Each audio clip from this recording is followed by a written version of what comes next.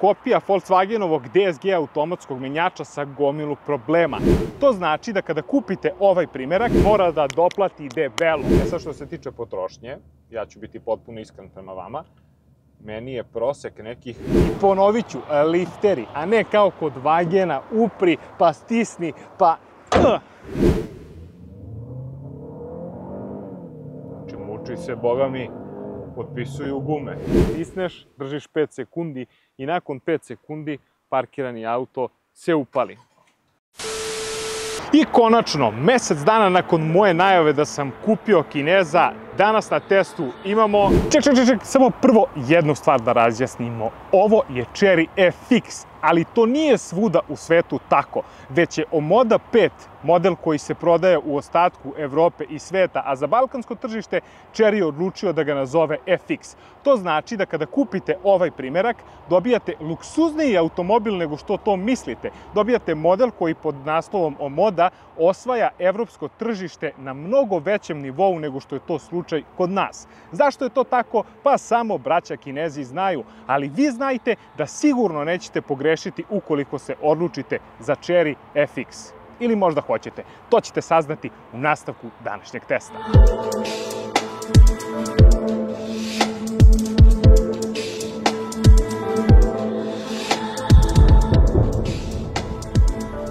E sad kad smo to rešili, Chery FX je SUV iz Kine koji se na našem tržištu pojavio nedavno.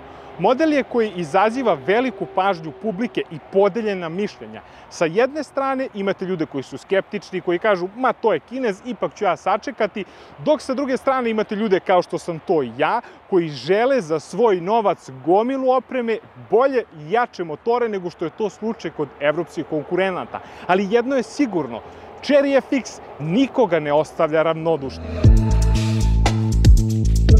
Ispod haube se nalazi redni četvorocilindraž sa 1600 kubika i 186 konjskih snaga. Isporučuje 275 Nm obrtnog momenta i uparen je sa automatskim menjačem sa 7 brzina. Od 0 do 100 nešto ispod 8 sekundi, odnosno 7,6 sekundi, ali verujte da je osjećaj posebno u sport modu daleko bolji nego što to papir kaže. Da budem iskren, očekivao sam da će biti neka vrsta, odnosno kopija Volkswagenovog DSG automatskog menjača sa gomilu problema. Ispostavilo se da nije tako. Naravno, nije ni klasičan DSG, ali sa druge strane nije ni onaj CVT koji ume da pravi probleme kod azijskih vozila. Predstavljaš savršen sklad između DSG-a i CVT-a. I ponovit ću, lifteri, a ne kao kod Vagena, upri, pa stisni, pa...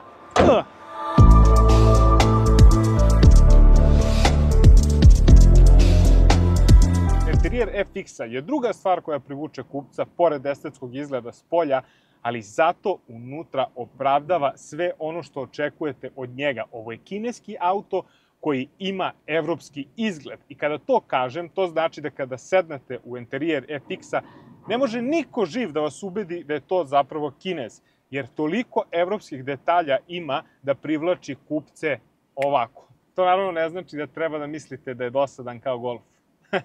Već se radi o automobilu koji je konstruisan tako da privuče evropske kupce. Chery vrlo dobro zna šta radi i zna koje detalje je uzeo i odakle da bi privukao u tom svom paketu koji je napravio celim ovim automobilom kupce koji žele samo evropska vozila. Između ostalog, ja sam bio do skoro jedan od njih. Tehnološki je veoma napredan. Imate 2 ekrana od po 13 inča koji su spojeni i koji izgledaju izvrsno. Ruku na srce, desni ekran je mogao biti za nijansu moderniji. To znači da ima više nekih funkcija, sve je opšte i svedeno, tako da nekome ko prelazi sa standardnog tradicionalnog automobila neće taj prelaz biti toliko komplikovan.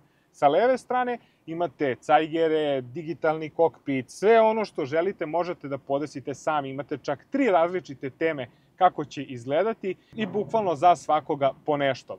Kako da zaboravim i ne pomenem, pa glavna stvar kad sednete i vidite, to je volan. Volan koji je zasečen dole po dnu i koji izgleda sportski, estetski veoma dopadljivo i ne krcka, ništa ne pucka, kao i ceo interijer. Vi ovde ne možete i da hoćete da nađete manu, ne možete da je nađete. Sedišta su od fake kože, odnosno od neke vrste eko kože, ali vi to ni na koji način ne možete da provalite na prvu. Zapravo, nisam siguran ni koliko novih automobila dobija pravu kožu, tako da to i nije neka mana. Ventilirajuća su i imaju grejanje sedišta. Takođe su elektropodesiva, tako da sve rešavate preko tastera. Sve po najmodernijoj modi.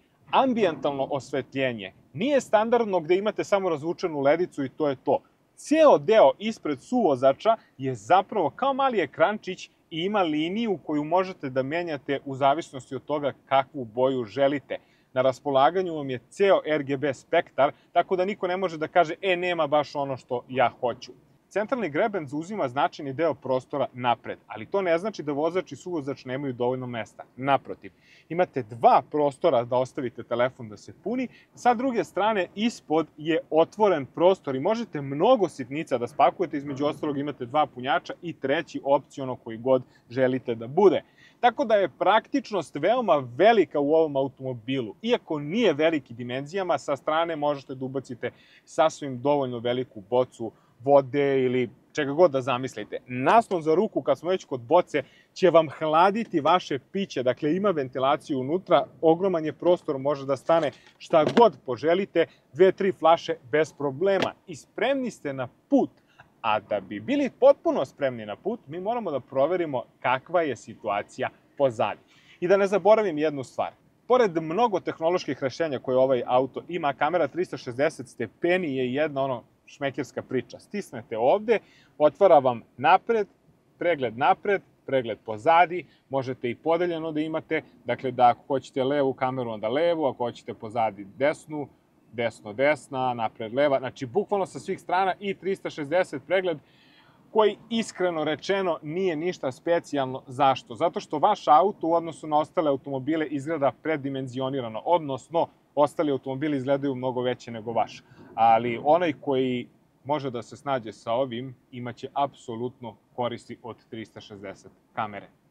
Pozadi imam samo jednu stvar da vas pitam. Ko kaže da FX nije porodičan auto?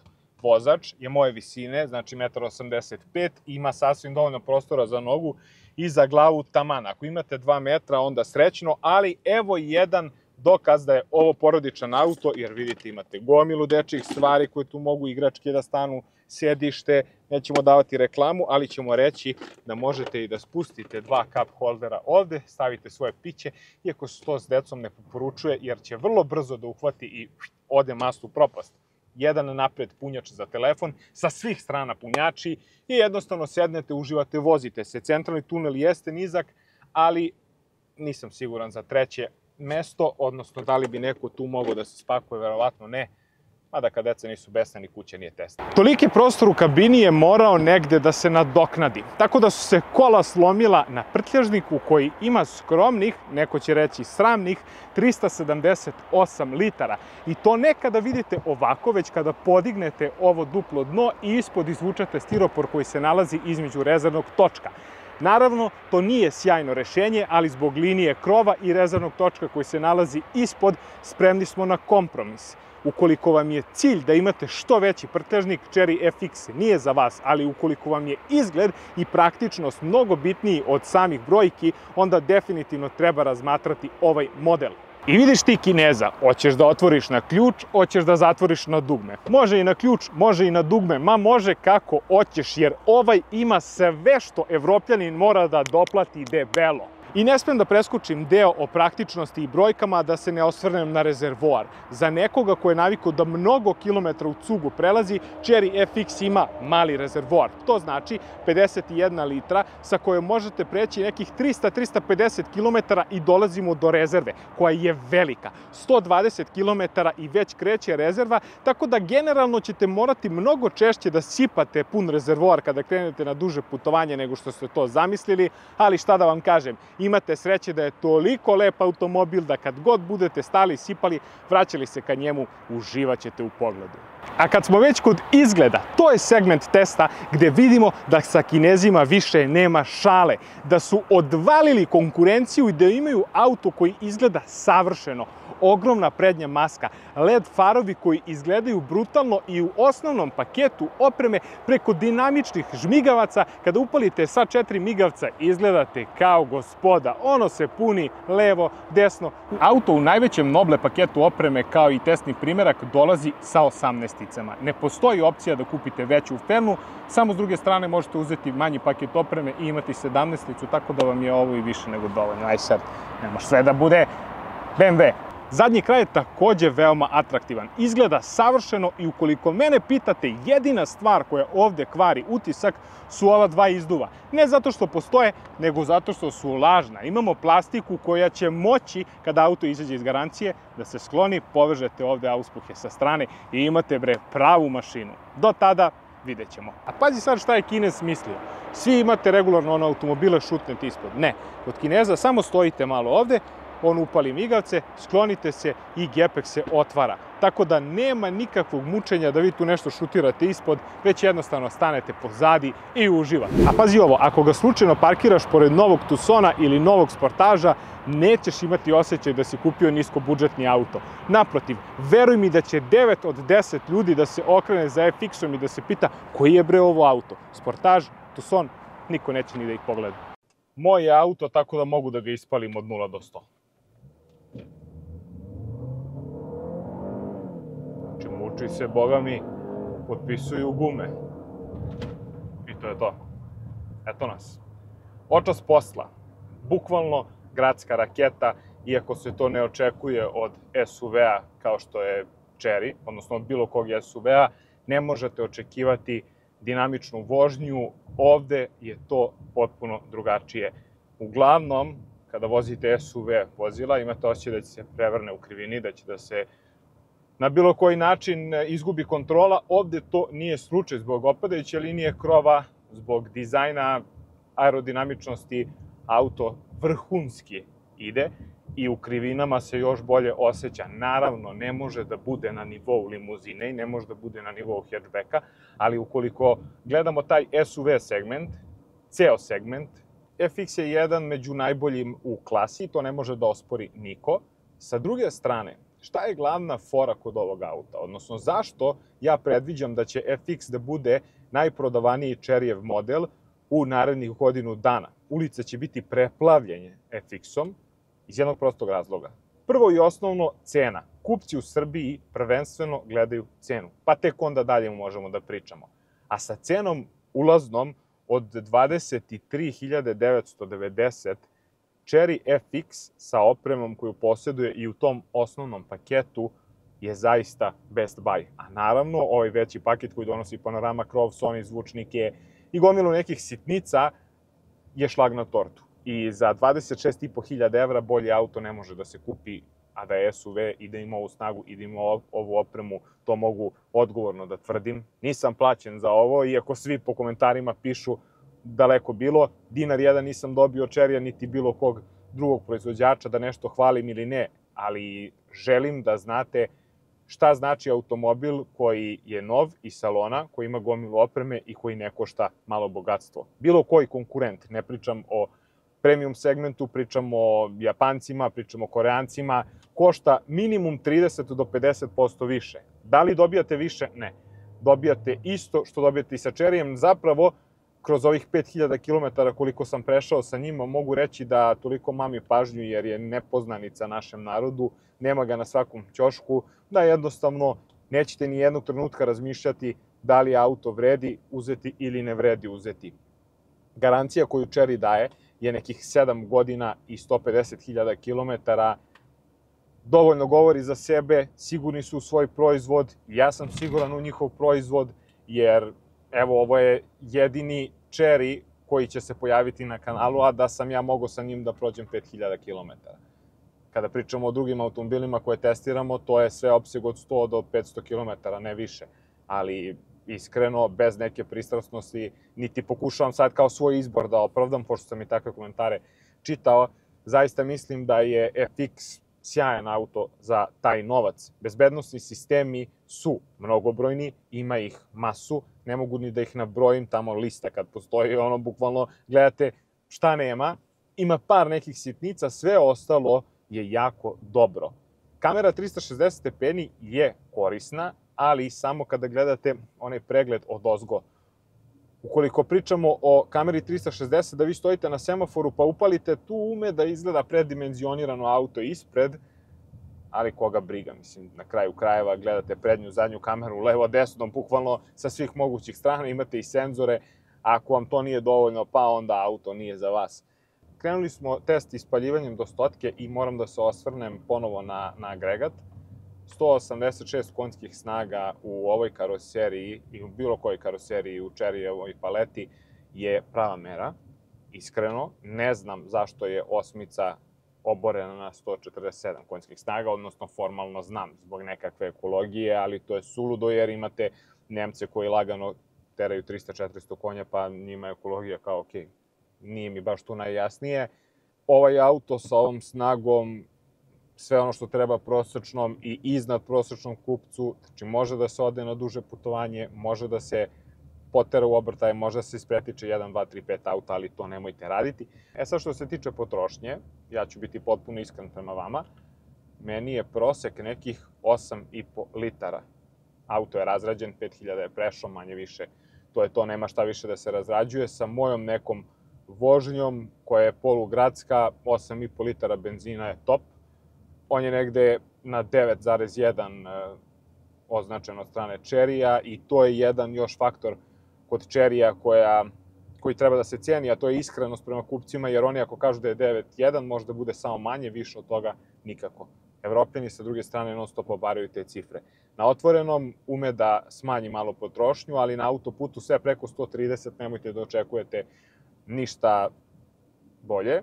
8 litara i to vam je što vam je. Usko vezano za potrošnju je i rezervoar, koji je u svim Cheryevim modelima mali. 51 litar i to je to što se tiče rezervoara, a rezerva dolazi već na 120 km, tako da vi imate realnih 300, 350, 400 maksimalno kilometara dok ne dođete na rezervu.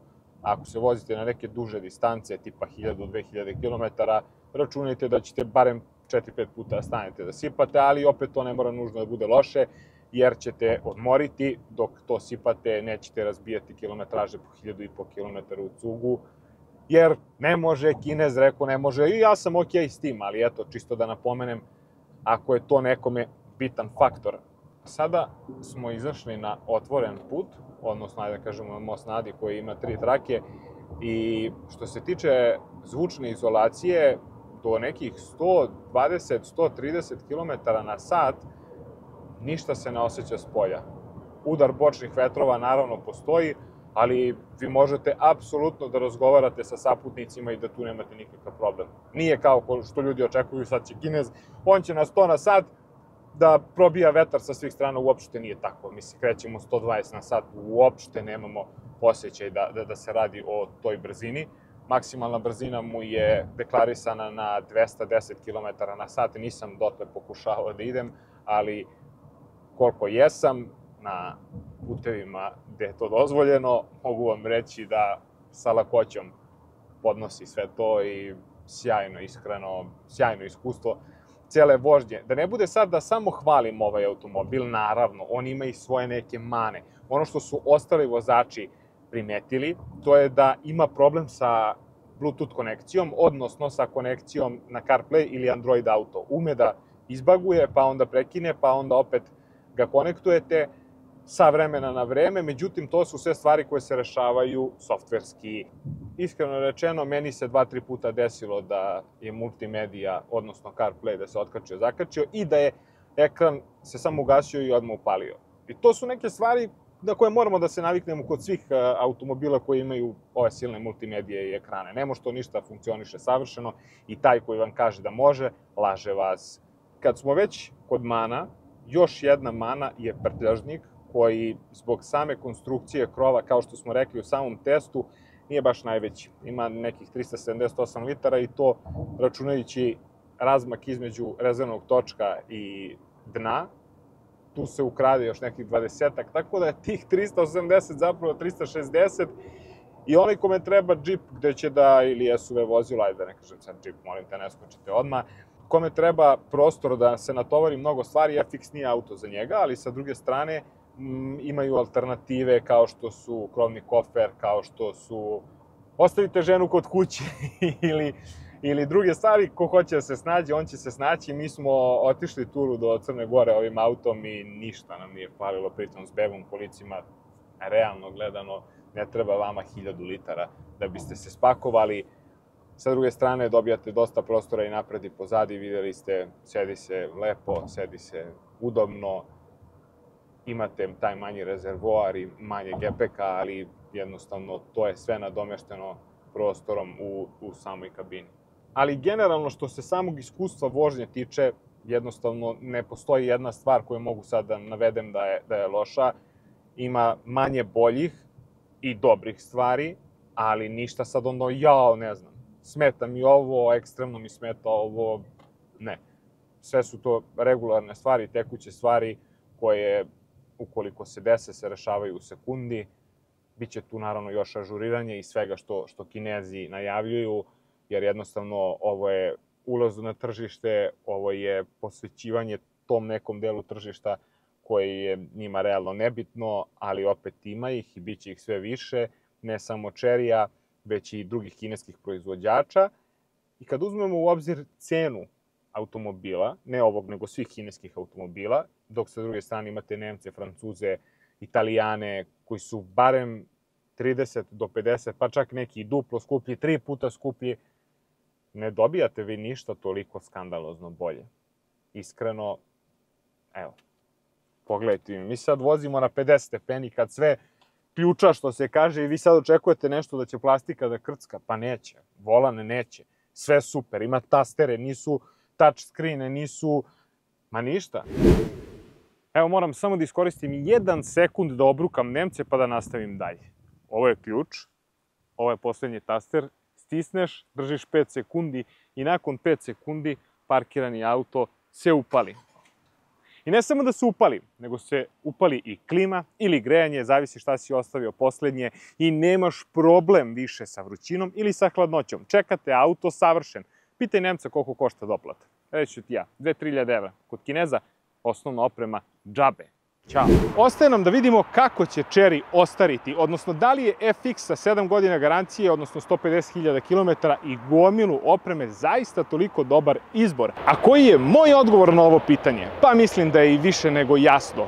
I to bi bilo to za današnji test. Nadam se da vam se svideo moj Chery FX. Pokušao sam da ne budem pristrasan, već da objektivno razgovaramo o modelu koji je došao na naše tržište i svojom malom cijenom, a gomilom opreme se nametnuo kao realno jedan od većih konkurenata. Ono što mi ostaje je da vas zamolim da zapratite kanal i da budete redovni na istom, jer svake subote u septembru izlazi novi Chery model. Sve ćemo ih obuhvatiti i sagledati pozitivne i negativne strane. Vidimo se u narednoj epizodi. Pozdrav!